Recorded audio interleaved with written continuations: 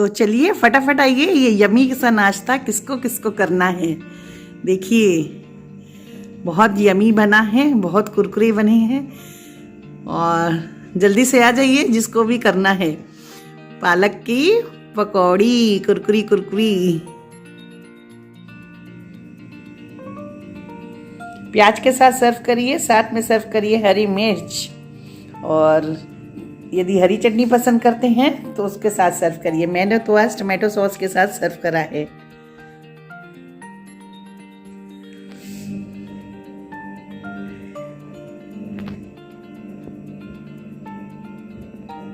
Hello queens, welcome Flavour Tailor. कैसे हैं आप सब लोग? उम्मीद करती हूँ सब मस्त होंगे, व्यस्त होंगे तो सब मस्त होंगे। तो चलिए फटाफट, आज करा है 2 in 1 वाला काम। मतलब एक चीज़ बनाई है और 2 चीज़ें उसमें करके काम निपटा दिया। तो चलिए फटाफट वीडियो वॉच करिए, आइए मेरे साथ साथ किचन में और जल्दी जल्दी से वीडियो वॉच करते हैं, फटाफट काम निपटाते हैं, फिर बैठ के बातें करेंगे। चलिए फटाफट बना लेते हैं कोफ्ते। आज बनेंगे पालक के कोफ्ते। तो उसके लिए ले लिया है मैंने, देखिए थोड़ी सी हींग है, थोड़ा सा ये जो है सौंफ है, और हल्दी है और नमक है। और इधर मैंने ये चॉप करके रख ली थी पालक, उसी में डाल दिया है प्याज, अदरक और हरी मिर्चा। तो चलो फटाफट बनाते हैं आज कोफ्ते। बिल्कुल सिंपल तरीके से ही बनाएंगे, कोई इसमें क्रीम नहीं डालेंगे, कुछ नहीं डालेंगे, बस एकदम सिंपल जैसे बनते हैं। और इसमें क्योंकि पालक धुली है अभी, तो उसमें मैं पानी नहीं मिलाऊंगी, बस बेसन उतना ही मिलाएंगे जितना पालक में ही खुद ही पूरा रम जाए। बिना पानी के ही पालक को दबा दबा के कर लेंगे, ताकि जो पानी है पूरा उसका बेसन में निकल आए।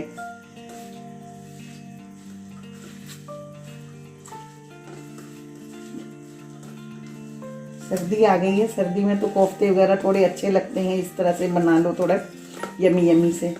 तो ये देखिए, इसमें पानी ऐड नहीं किया है मैंने बिल्कुल भी। ये देखिए थोड़ा सा बेसन और लग जाएगा। तो कभी भी आप बनाइए ना कोफ्ते, तो उसमें पानी मत डालिए बिल्कुल भी उसके मटेरियल में। तो लौकी के बनाइए, चाहे पालक के बनाइए, किसी भी चीज़ के बनाइए, तो पानी बिना ऐड करे जो है बेसन को उसी में मिला लीजिए।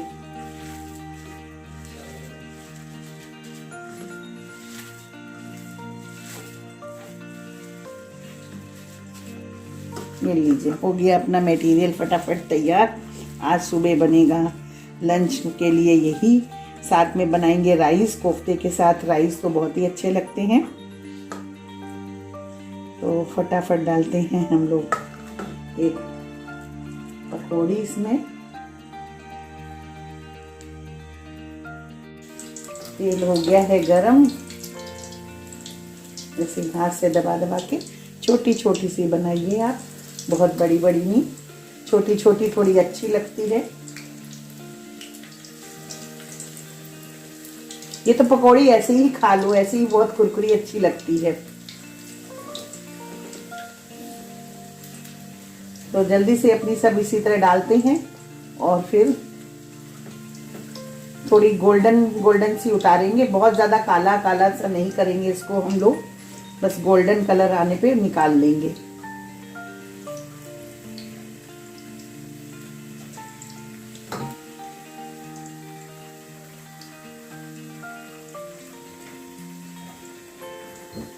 मैं तो कोफ्ते जो हूँ कड़वे तेल में ही तलती हूँ, मुझे कड़वे तेल में कोफ्ते तले हुए सही लगते हैं थोड़ा। यदि आप रिफाइंड यूज़ करते हैं तो आप रिफाइंड में भी तल सकते हैं।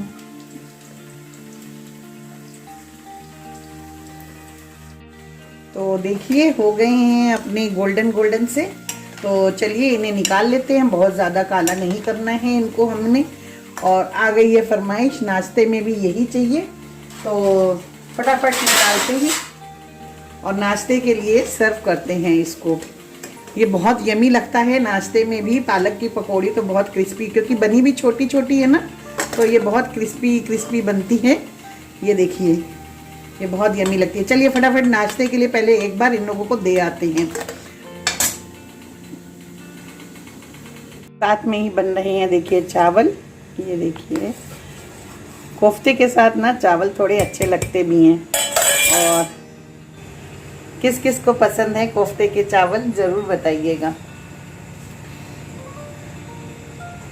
तो देखा आपने, मैंने कोफ्तों के साथ में ही थोड़ी सी वो पकौड़ी और साथ में हो जाएगा ब्रेड बटर, तो हो भी जाएगा आज का नाश्ता। तो कभी कभी मन होता है ना इस तरह से थोड़ा इजी वाला काम कर लें हम लोग भी।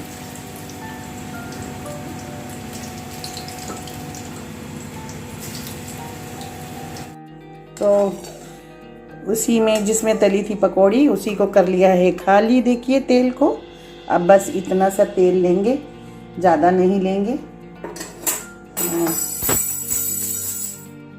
पीछे से गिरा कुछ, चलिए ये लीजिए, तेल है गरम, डाल दिया हींग जीरा,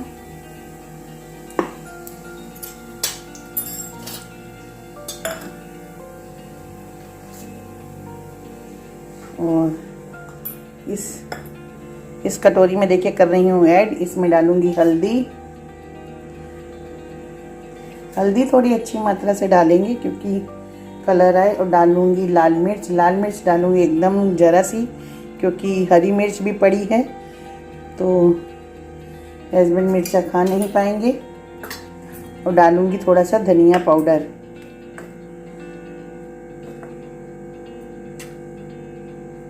आप अपने हिसाब से मसाले डालिए, मैं तो अपना बता रही हूँ कि मैं सिंपल सा बिल्कुल कैसे बनाती हूँ घर में। ये मेरी अपनी सिंपल सी रेसिपी है। तो चलिए इसको पहले मसालों को डाल दिया है तेल में, ज़्यादा लाल नहीं करेंगे। और साथ ही में डाल देंगे टमाटर चॉप किए हुए। और साथ ही में जाएगा इसमें नमक। नमक क्योंकि पकौड़ी में भी है तो उस हिसाब से ही नमक डालेंगे। चलिए फटाफट ग्रेवी हो जाएगी तैयार।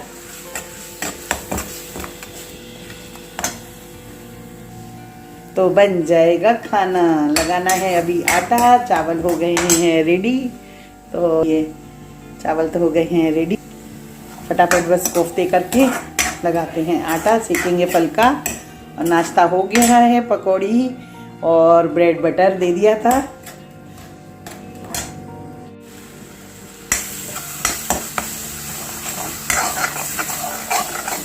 ग्रेवी हो गई है तैयार। तो चलिए इसी के साथ डालते हैं इसमें पानी। तो पानी ये मैंने उसी बर्तन में ले लिया था जिसमें मैंने घोली थी पकौड़ी, क्योंकि इसमें देखिए कितना कुछ होता है ना, निकल आया।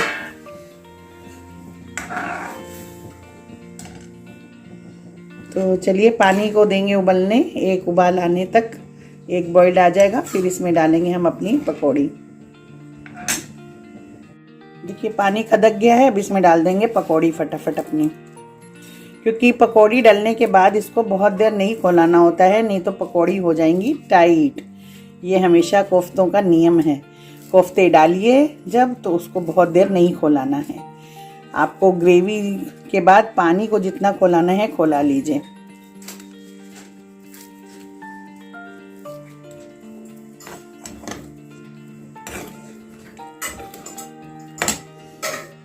तो ये देखिए हो गए हैं रेडी। डाल देते हैं थोड़ी सी कसूरी मेथी। वैसे तो इसमें धनिया भी डाल सकते हैं हम, धनिया अभी है ख़त्म तो डाल दी है कसूरी मेथी। और कोफ्तों में कसूरी मेथी से वैसे भी अच्छा टेस्ट एक आता है। देखा आपने कैसे एकदम सिंपल सा बनाया है। और ये देखिए साथ में बना लिया है, तड़का बना रखा है देसी घी का, ये डाल देंगे ऊपर से। बस जब सर्व करेंगे तो ऊपर से ये डालते जाएंगे। चलिए खदक गया है, बंद कर दी गैस।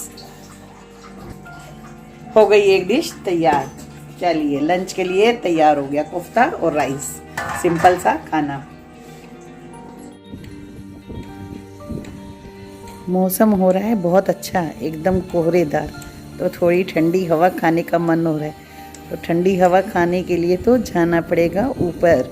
अरे भाई बिल्कुल ऊपर नहीं जाना है अभी जाना पड़ेगा ऊपर छत पे। तो चलिए फटाफट चलते हैं छत पे।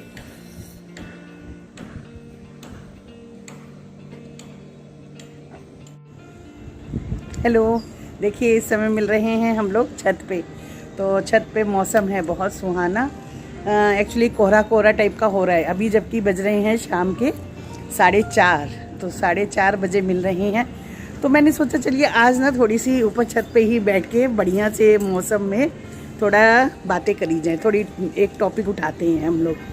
तो आज बात करेंगे हम लोग उन यूथ्स की जो यूथ्स जो हैं पढ़ लिख के अपनी शहरों को छोड़ के और कुछ जो है कुछ मुकाम हासिल करने के लिए बिग सिटीज़ में उड़ान भर के गए हैं। तो बहुत अच्छी बात है, बहुत खुशी होती है। मेरे खुद के बच्चे भी बाहर गए हुए हैं, तो बहुत बढ़िया है। बच्चे उड़ान भरें, सपने पूरे हों उनके, ये दुआएं हर माँ बाप की होती हैं। लेकिन एक थोड़ी सी मुझे उसमें मतलब थोड़े से बच्चों से जो है ना, सारे बच्चे तो ऐसा नहीं करते होंगे, कुछ यूथ से एक क्वेश्चन है मेरा। यदि आप समय में इतना दौड़ते चले जा रहे हैं कि 24 घंटे अपने काम में ही लीन है, घर वालों से आप मतलब इतना भी समय नहीं है उन बच्चों के पास कि वो 5 मिनट भी बात कर पाएँ, तो मैं उन पेरेंट्स से भी पूछती हूँ कि आपको ये चीज़ें सही लगती हैं? तो ये 90s दौर के जो बच्चे हैं ना, तो जो है उनको ऐसा लगता है, महसूस होता है, जब तक वो हॉस्टल में जाते हैं हम लोग उनसे डेली फ़ोन मिला के बात करते हैं, बेटा खाना खाया और बेटा कैसा चल रहा है, क्या है, सब बढ़िया, सब बढ़िया, ओके ठीक है। उनका भी फ़ोन आ जाता है दूसरे तीसरे दिन, तो हम लोगों को भी संतुष्टि होती है कि बच्चे बाहर ठीक हैं, मज़े में हैं। लेकिन धीरे धीरे धीरे धीरे ये फासला क्या होता है, बढ़ता चला जाता है। तो उस बढ़ने में एक वजह तो ये भी होती है, कभी कभी बच्चे हम लोगों का फ़ोन नहीं पिक कर पाते हैं या फिर बोलते हैं मम्मी बिज़ी हैं, तो हम लोग जो डेली का शेड्यूल होता है उससे थोड़ा हट के 2 दिन बाद कॉल करने लग जाते हैं, कभी हम 3 दिन बाद कॉल करने लग जाते हैं। तो लेकिन आप अगर महसूस करें, बहुत से बच्चों के साथ ये हो रहा है, पेरेंट्स के साथ ये हो रहा है, यदि हम लोग वीक डेज़ में कॉल करते हैं तो बच्चा बोलता है मम्मी अभी बिज़ी हैं, बाद में बात करेंगे। तो ठीक है, हम लोग फ़ोन रख देते हैं, ठीक है बेटा फ्री होके कॉल कर लेना। लेकिन वो कॉल पलट के आती नहीं है, वो कॉल पलट के आता नहीं है पेरेंट्स के पास। ठीक है, हम पेरेंट्स भी बकवास मारते हैं, मैं मानती हूँ, क्योंकि हम लोगों के पास तो बात करने का कोई टॉपिक नहीं है, तो एक बहाना चाहिए होता है हम लोगों को। तो हम लोग कोई भी टॉपिक उठा लेते हैं सीधा, बस एक टॉपिक। पहले तो सबसे इजी टॉपिक माँ को यही लगता है कि बेटा क्या हाल है, खाना खाया कि नहीं खाया, क्या खाया आज। तो आप ये मत सोचिए, इरिटेट मत होइए। मैं उन सभी यूथ से ये कहना चाहूँगी, कभी भी पेरेंट्स का फ़ोन आए इरिटेट नहीं होइए। बस आप इतना समझिए कि आपके पेरेंट्स आपकी आवाज़ सुनना चाहते हैं और आपकी शक्ल देखना चाहते हैं। भाई अगर हफ्ते भर में आप कॉल नहीं करते हैं, व्हाट्सअप कॉल नहीं करते हैं, हाँ, तो फिर पेरेंट्स को भी मन होता है ना अपने बच्चों का शक्ल तो देखें। तो अगर वो इतनी सी उम्मीद रखते हैं तो कोई बुराई नहीं है। मुझे लगता है जो मेरी एज ग्रुप की मदर्स हैं वो वैसे ही अपने आप को बहुत इंगेज करके चलती हैं, जितनी हाउसवाइफ हैं वो अपने आप को इतना मैनेज करके चलती हैं ना, कि वो मुझे लगता है कि क्योंकि जो 70s के हम बॉर्न हैं बच्चे, जो 70s बॉर्न हैं, जैसे मैं हूँ 70s बॉर्न, तो 70s बॉर्न की लेडीज़ें जो हैं वो इस समय जो है ना बाहर भी एक्टिव हो रही हैं। देखिए हम लोगों को जो चीज़ें नहीं आती हैं उसमें भी हम लोग पार्टिसिपेट करते हैं और अपना मन लगाने की कोशिश करते हैं, अपने आप को बिज़ी रखने की कोशिश करते हैं। बिज़ी होते भी हैं और लेकिन अपना मन लगाने के लिए बाहर की दुनिया में भी कोशिश करते हैं, कुछ नया नया करने की। किटीज़ ज्वाइन कर लेते हैं, कभी हम लोग गेट टुगेदर करते हैं। तो वैसे भी हम लोग अपने आप को बहुत बिज़ी रखते हैं कि चलो बच्चे भी बाहर हैं, वो पहले से ही सोचना शुरू कर देते हैं। मेरी एक नियर डियर है, वो जैसे अभी उसका एक बच्चा बाहर गया है और वो अभी से ही सोचने लगी है कि मेरा सेकंड बच्चा जब बाहर जाएगा तो मैं कितनी बिज़ी, मतलब मैं बोर होंगी या मुझे बहुत याद आएगी, तो मुझे अपने आप को कैसे बिज़ी रखना है। तो अगर पेरेंट्स इतना बच्चों के लिए सोच सकते हैं कि मुझे कैसे बिज़ी रखना है ताकि मेरे बच्चे को वहाँ कोई दिक्कत ना हो, वो परेशान ना हो हमारी वजह से कि मम्मी परेशान है घर में या पापा परेशान है हम लोगों की वजह से, या अकेलापन लग रहा है, तो हम लोग अपना अकेलापन तो आपसे जाहिर भी नहीं करते हैं जल्दी। तो क्या ये बच्चों का फ़र्ज़ नहीं बनता है? 24 घंटे बहुत होते हैं, तो उन बच्चों से मैं एक ही रिक्वेस्ट करना चाहूँगी, उन 24 घंटों में से 5 मिनट आप अपने पेरेंट्स को तो दे ही सकते हैं। ऐसा नहीं है, बहुत मुश्किल काम ये नहीं है। यदि आप कोशिश करें तो ये हो सकता है। और उससे क्या होगा, आपका मतलब घर में भी आपके पेरेंट्स जो है ना, उनको भी एक अच्छा लगेगा। एक उम्मीद होती है, बच्चे बस कॉल करके इतना ही पूछ लें, और मम्मी क्या हो रहा है, और पापा क्या हो रहा है, उतने में ही खुशी हो जाती है। बहुत लंबा चौड़ा तो कुछ उम्मीदें नहीं रखते हैं आजकल के पेरेंट्स बच्चों से वैसे भी। तो आप अपनी दुनिया में मस्त हैं, वो तो ठीक है, लेकिन थोड़ा सा रुक के आपको भी सोचने की ज़रूरत है। उन सभी बच्चों को सोचने की ज़रूरत है जो दिन रात बस आप काम में डूबे हैं। तो यदि आप सिर्फ काम ही काम करते जाएंगे, किसी के लिए समय ही नहीं होगा अपनों के लिए, तो आप सोचिए एट लास्ट आप कहीं तो काम का एंड करेंगे, तब तो आपको ज़रूरत पड़ेगी ना फैमिली की। या आप अपनी फैमिली मतलब बस उन्हीं को मानते हैं कि जिनसे आपका अट्रैक्शन हो गया, या आपकी शादी हो गई, या आप किसी से बॉन्ड में बंधे हुए हैं, तो उनके लिए यदि आप वीकेंड में टाइम निकालते हैं, वीकेंड में आप घूमने जाते हैं, सब कुछ करते हैं, तो पेरेंट्स के लिए क्यों नहीं उन पेरेंट्स के लिए भी। आप जो पेरेंट्स ने आपको जन्म दिया है, वो आर्ग्यू करने के लिए तो बहुत सी बातें हो सकती हैं। देखिए, मैं कोई आर्ग्यू में नहीं फंसना चाहती हूँ, बहुत से बच्चे भी आर्ग्यू कर सकते हैं। मेरा एक सिंपल सा फंडा ये है बस कि अगर हम लोग आप लोगों को मिस करते हैं, याद करते हैं, तो क्या आपको हमारी याद नहीं आती? यदि नहीं आती है तो फिर पेरेंट्स को आप बोल दीजिए कि नहीं आती, आपकी याद हमें नहीं आती।